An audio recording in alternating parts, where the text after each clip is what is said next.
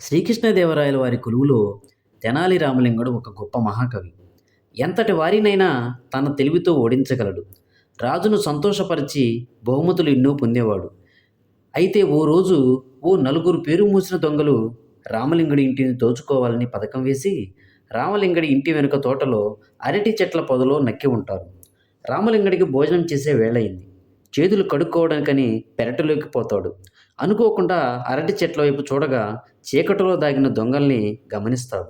రామలింగడు కంగారు పడకుండా ఒక ఉపాయం ఆలోచిస్తాడు. భార్యను పిలిచి పెద్దగా, ఊరిలో దొంగల భయం ఎక్కువగా ఉంది. ఈరోజు నగలు నాణాలు ఇంట్లో ఉంచకుండా వాటిని ఒక సంచిలో మూటకట్టి ఈ బావిలో పడేద్దాం అని అంటాడు.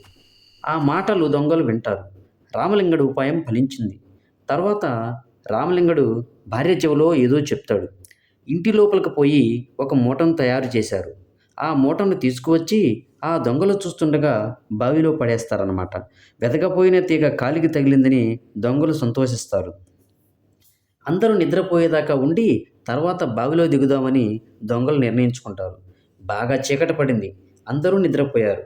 దొంగలు అరే చెట్ల వద్ద నుండి బయటికి వచ్చి బావిలోకి తొంగి చూశారు. మొదట ఒకడు బావిలో దిగి నగల మూట కోసం చాలాసేపు వెతుకుతాడు. నీరు ఎక్కువగా ఉన్నందున నగల మూట దొరకలేదు. నీరు బయటికి తోడితే మంచిదని మాట్లాడుకొని అంటే ఒక బకెట్ లాంటిది తీసుకొని బావిలో నీరు తోడడం మొదలుపెడతారు.